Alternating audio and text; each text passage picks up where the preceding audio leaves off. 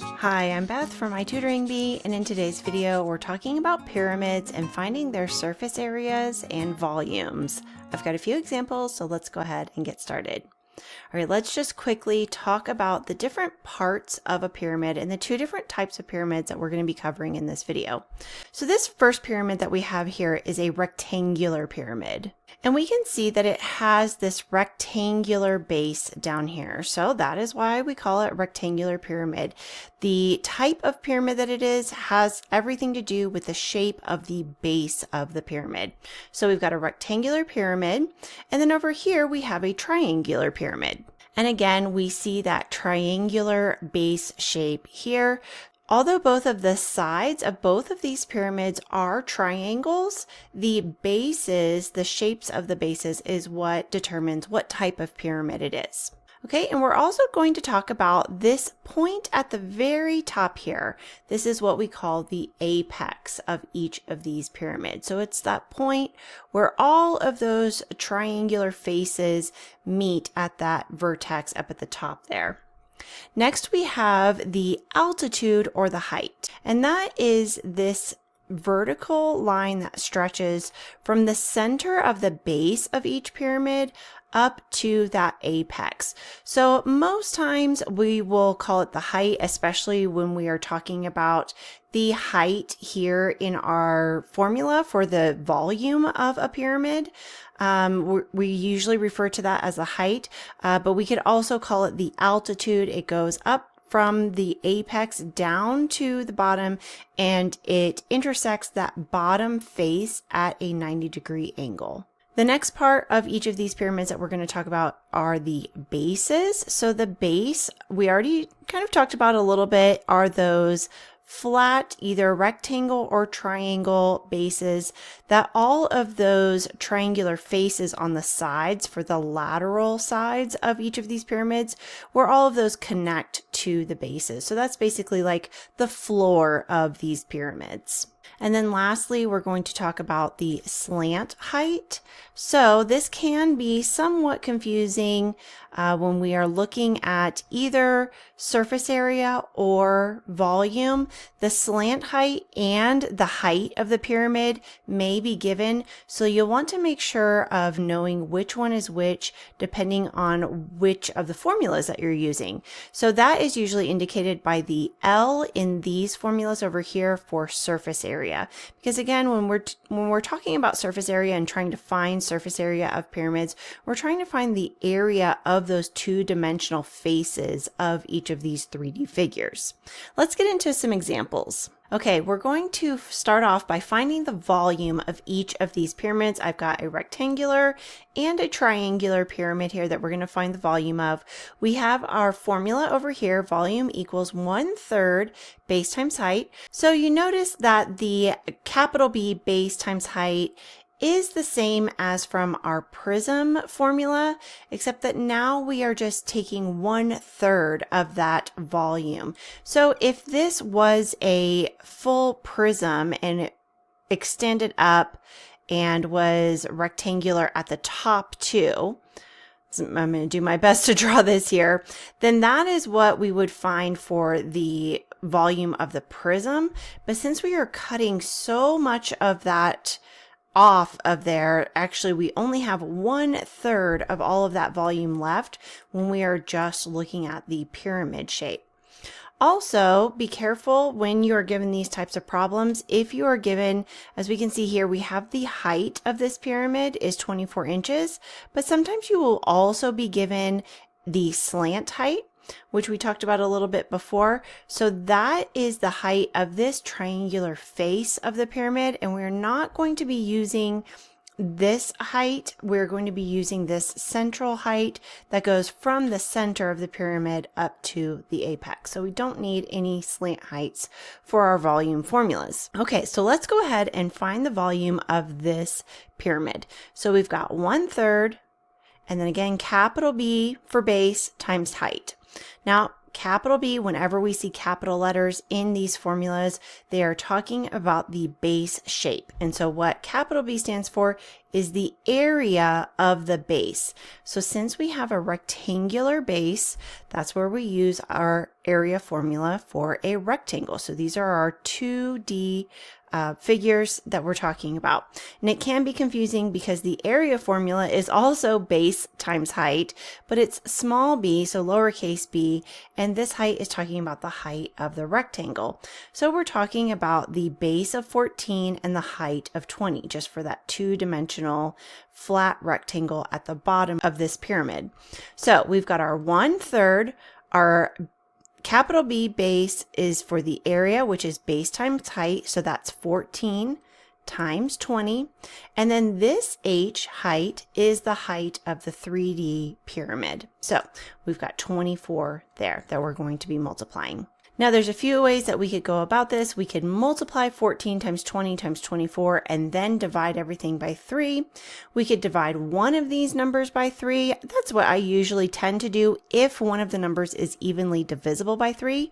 So 24 is evenly divisible by 3. So 24 divided by 3 is 8. So we could rewrite this as 8 times 14 times 20. And let's go ahead and calculate that. So we get a volume of 2,240 inches cubed. For volume, we're using the cubic units because we want to know how many cubes, how many three-dimensional 1 by 1 by 1 inch cubes could fit inside this pyramid. So that is our rectangular pyramid volume. Let's go ahead and take a look at the triangular pyramid. So again, we're using that same formula, 1/3 capital B times height. This time our capital B is the area of our triangular base, right? So that's where we have to use our triangle formula for the area. So our area there is 1/2 base times height. And again, that small b is the base of the two-dimensional triangle, and the height is the height of that two-dimensional triangle. So let's go ahead and fill in our numbers here. So 1/2, I'll put this in parentheses, 1/2 times that base of the triangle, which is 10 meters, times the height of the triangle, which is 4 meters. And then this height is our height of the pyramid itself. So that would be 12 meters right there. Okay, so again, I'm going to do a little bit of simplifying with these fractions. Since everything is just being multiplied times everything else, we don't really have to do what's in the parentheses first. We can multiply in any order. However, 1/3, you can take 1/3 of 12 pretty easily. That gives us a whole number, so that's going to give us 4. Also, you can take half of either of these numbers. So I'm going to go ahead and take half of 10. So that's going to give us 5. And then we have this 4 down here that drops down there. 4 times 5 is 20, times another 4 is 80. So we have 80 meters cubed for the volume of this triangular pyramid. All right, now let's take a look at this square pyramid. It looks like we have a square base of 10 yards by 10 yards. And we are finding the lateral and the total surface areas. Now again, I just want to point out that if we were also given the height of this pyramid, we do not want to use that height. We want to use the slant height of those triangular shapes for our surface area formulas.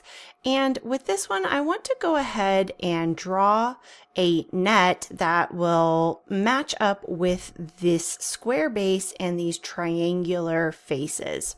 So we've got that square base in the middle. I'll do my best to draw it quickly, but also make it look like a square. So here's our square base that is 10 yards by 10 yards. And then around that square are going to be all of those triangles that are attached to the edges of that square. So we have all of these triangles, and all of these triangles are going to be congruent because we have a square base. That means all of the triangles' bases are going to be 10 yards. And they are all reaching up to the center up here at the top. So that means that they are all going to have a height of 12 yards. So I'm just going to draw this out quickly, and then each of these triangles has a height of 12 yards. It's not the most perfect drawing, but we do at least get sort of a visual idea of what would happen if we wanted to lay this pyramid out flat so that we can find all of those surface areas. Now let's start with the lateral surface area.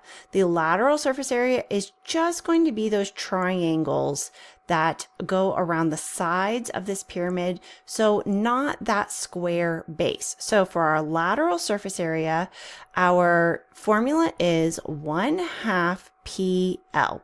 I wrote LSA and TSA up here in the formulas just to make sure that those are labeled differently so we can tell the difference between those two. However, a lot of times we'll see surface area formulas indicated with just an S for surface area. But this is going to be our lateral surface area for this one. So 1/2 and then capital P, meaning the perimeter. And again, we have a capital letter in our formula, so that means it's referring to that base shape. So we have a base of this square. So what is the perimeter of that square? That's what the P stands for in this formula. Now, since it is a square, we do have all of the sides of the square are 10 yards. So we have 4 of those sides, so 4 times 10 would give us 40. So we've got 1/2 times 40, and then L, it can be very confusing because a lot of times we use L for length when we're talking about two-dimensional figures. In this case, L stands for that slant height, the height of each of those triangles. And so as we can see here in our net, the height of each of those is 12. So I'm going to go ahead and write 12 there. And now we can go ahead and calculate this. 1/2 of 40 is 20. And 20 times 12, well, 2 times 12 is 24. So 20 times 12 is 240. Now there is a different way that we could think about this. We could just think about this, since we have the net listed out here, we could just think of this as if we have 1/2 base times height, which is our area formula for a triangle, but then we've got 4 of those, right? We have 4 of those same exact triangles. Now, obviously, because this is a square pyramid, all of the bases of these triangles are going to be 10, but let's say that this is a rectangular base instead of a square base. And let's say that these two bases are 10 and 10, but then maybe these two bases are shorter. Maybe they're only 8 and 8.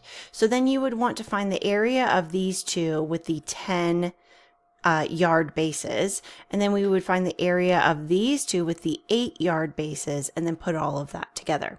But since we have 4 of the same exact triangle, we can just multiply 4 times and then find the area of one of those triangles. So let's go ahead and simplify that, substitute our numbers in. So 1/2 times the base of each of those is 10. Let me erase this just so that it's not confusing. Okay, the base of each of those is 10, and the height of each of those triangles is 12, and then we're multiplying that times 4 because we have 4 of those exact triangles. So let's see here. So our surface area is 1/2 times 10 is 5 times 12 times 4, and then when we multiply all of that, let's see, 5 times 12 is 60. And 60 times 4, well, 6 times 4 is 24, so 60 times 4 is 240. So we do get the same lateral surface area, and of course we want to label it with yards squared, and we can see we get the same answer either way we do this particular problem. Now let's talk about the total surface area. The total surface area, if we look at our formula, 1/2 PL plus B, capital B. So as we can see, this part is the same, 1/2 PL, that's the lateral surface area. So all we need to add in here is that base area. So we already know that that 1/2 PL is 240. And then our base area of that square is 100 because we've got 10 times 10, right? So that is the area of this square portion. So that's 100. And so then our total surface area would be 340 yards squared for that. All right, and lastly, we're going to do one more lateral and total surface area problem. This time we're using a pyramid that has a triangular base. I'm going to go ahead and again, create the net that matches this one. So I'm going to, it looks like our base triangle is an equilateral triangle because it looks like all of the edges here are 14 meters. So we've got 14 on each of these sides of the triangle. And then each of the triangles that extend up from that base looks like we have a height of 24. Oh, and I forgot to label my height of my base. So the base here is at 12.1 meters. So that's this. I'm going to go ahead and highlight that just to make it super clear of which triangle belongs to what from over here on my three-dimensional figure. Okay, and then I'm just going to create my triangles that extend from each of these side lengths of that base triangle. And because, again, they have all the same bases of 14 meters, they're going to have the same height of 24 meters. So this would be 24 for the height of all of these. Okay, so again, not a perfect drawing, but at least it gives us a visual of what this pyramid would look like if we took it apart and flattened it out. So now let's find the surface area. Let's start with the lateral. Again, our lateral surface area formula is 1/2 PL. P, again, being the perimeter of the base shape. So our perimeter here is 14 for each of the sides. So we're going to have 14 times 3, which gives us 42. Actually, let me go ahead and substitute in my numbers here. Sorry, I did not mean to get ahead of myself. So our perimeter would be 14 times 3. That's for the perimeter there. And then the lateral surface area is that 24, that height of 24 for each of those triangles going around the sides of our pyramid. All right, so 1/2 times 14 times 3 does give me 42 times 24. 1/2 of 42 is 21 times 24. And then 21 times 24 is 504. So we get 504 meters squared for our lateral. And again, we could have done it a different way. Instead of using this formula, we could have just said, well, we've got 3 of the triangles, and we know that the area of a triangle is 1/2 base times height. Substitute all of those numbers in, 14 for the base, 24 for the height.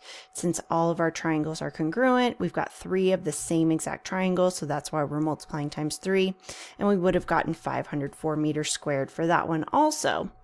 Now let's move on to total surface area. So our total surface area formula is again that 1/2 PL plus B.